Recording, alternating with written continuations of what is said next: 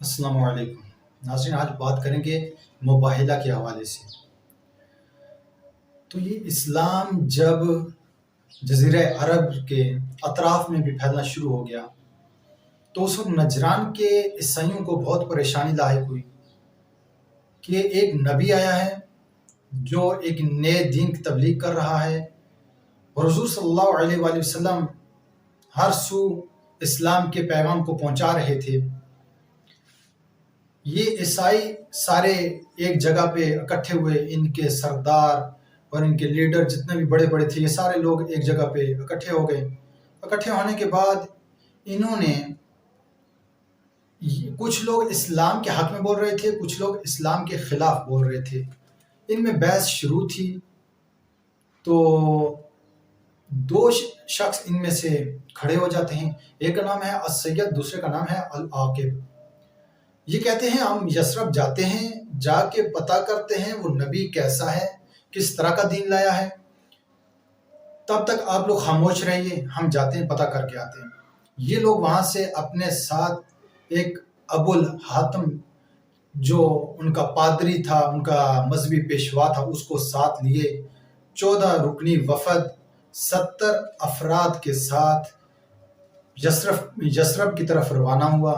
مدینہ میں آتے ہیں، ہاں کہ حضور صلی اللہ علیہ وآلہ وسلم سے بات چیت کرنا چاہتے ہیں۔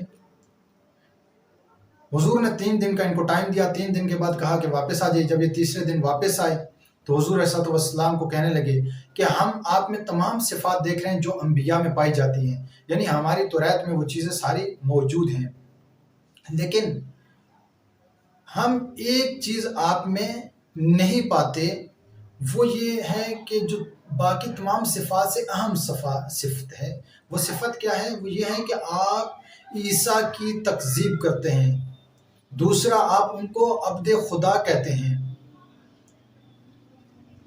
حضور صلی اللہ علیہ وآلہ وسلم نے فرمایا میں عیسیٰ کی تکذیب نہیں کرتا، میں ان کی نبوت پہ ایمان رکھتا ہوں اور انہیں عبد خدا مانتا ہوں۔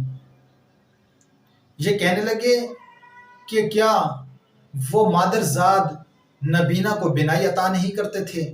کیا وہ برس کے مریض کو شفا یاب نہیں کرتے تھے؟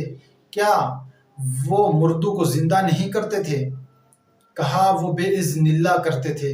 یہ کہنے لگے کہ بتائیے کہ کیا وہ بن باپ کے پیدا نہیں ہوئے؟ جبکہ ہر کوئی باپ کے ساتھ پیدا ہوتا ہے، بنا باپ کے نہیں ہوتا، تو وہ بن باپ کے پیدا ہوئے ہیں، لہٰذا وہ ابن اللہ نہیں ہے۔ تو حضور صلی اللہ علیہ وآلہ وسلم ابھی کہنا ہی چاہتے تھے کہ جبریل یہ آیت لے کے نازل ہوئے، ان مثل عیسیٰ عند اللہ کمثل آدم خلقہ من تراب، کہ آدم کی مثال تو عیسیٰ کی مثال تو آدم جیسی ہے، اور اللہ نے آدم کو تو مٹی سے خلق کیا ہے، یعنی کہنا یہ چاہتے تھے کہ آدم کی نہ ماں ہے نہ باپ ہے، اور پھر وہ مٹی سے خلق ہوا ہے۔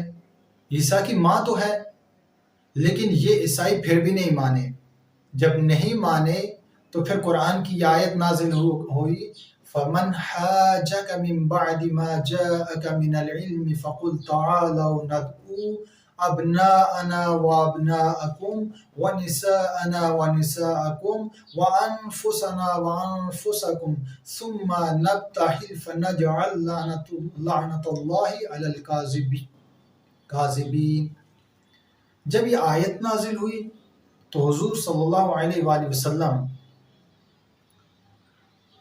جناب ابناءنا کی جگہ پہ حسن و حسین علیہم السلام کو لے کے گئے، نساءنا کی جگہ پہ جناب زہرا سلام اللہ علیہا کو لے کے گئے، اور انفسنا کی جگہ پہ حضرت مولا علی علیہ السلام کو لے کے گئے۔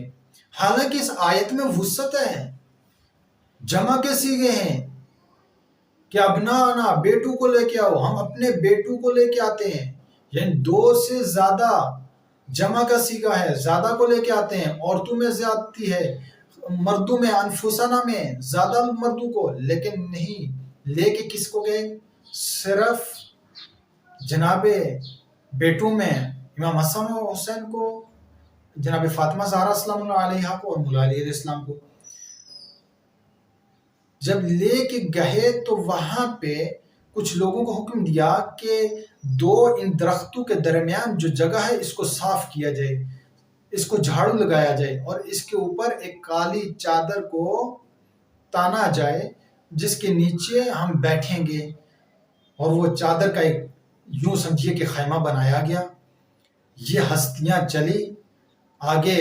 نبی مکرم صلی اللہ علیہ وآلہ وسلم رحمت للعالمین ہیں، ان کے ایک ہاتھ میں حسن ہے، دوسرے ہاتھ میں حسین ہے، پیچھے جناب زہرا سلام اللہ علیہا ہیں، ان کے پیچھے مولا علی علیہ السلام ہیں۔ جب یہ پہنچے وہاں پہ تو بلایا السید اور العاقب کو کہ آؤ، اور مباہلہ کرتے ہیں۔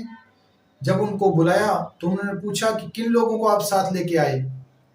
تو حضور علیہ السلام نے فرمایا بِأَهْلِكُمْ بِخَيْرِ أَهْلِ الْأَرْضِ، کہ میں اہل زمین میں سے سب سے افضل ترین لوگوں کو لے کے آیا۔ جب انہوں نے یہ دیکھا تو واپس چلے گئے، اپنے پادری سے کہنے لگے۔ پادری نے پوچھا کہ وہ کس انداز سے آئے ہیں، انہوں نے سارا انداز بتایا۔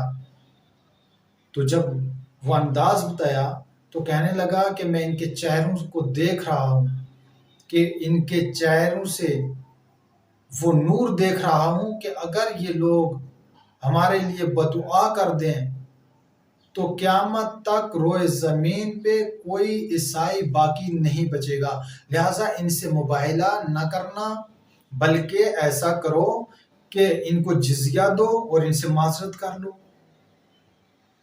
اور جب یہ پھر سامنے آتے سید اور دوسرا العاقب آ کے کہنے لگے کہ ہم آپ سے معذرت کرتے ہیں، معافی کے طلبگار ہیں، اور ہم آپ کو جزیہ دیتے ہیں، آپ ہمارا جزیہ قبول کریں اور واپس چلے جائیے۔ اب دیکھیے عیسائی ہیں لیکن پھر بھی کتنا حیا کیا، یعنی کہ مباہلے سے اپنے آپ کو روک لیا، ان کا مقابلہ نہیں کیا۔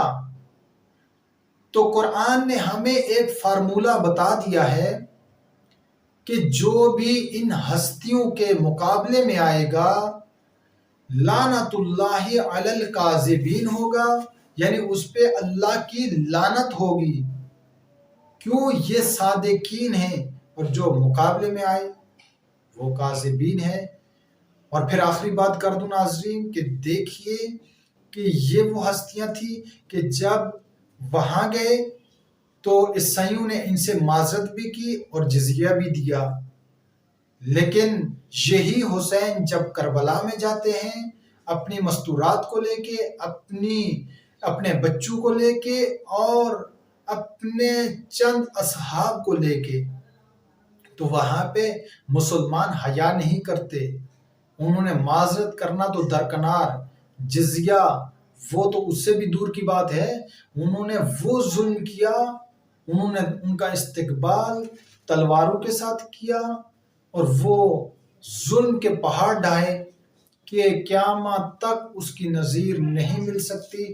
تو معلوم یہ ہوا کہ یہ مسلمان یعنی جو کربلا میں تھے وہ ان نصرانیوں سے، جو نجران کے عیسائی تھے، ان سے بھی زیادہ بدتر تھے۔ لعنت اللہ علی القوم الکاذبین، لعنت اللہ علی القوم الظالمین۔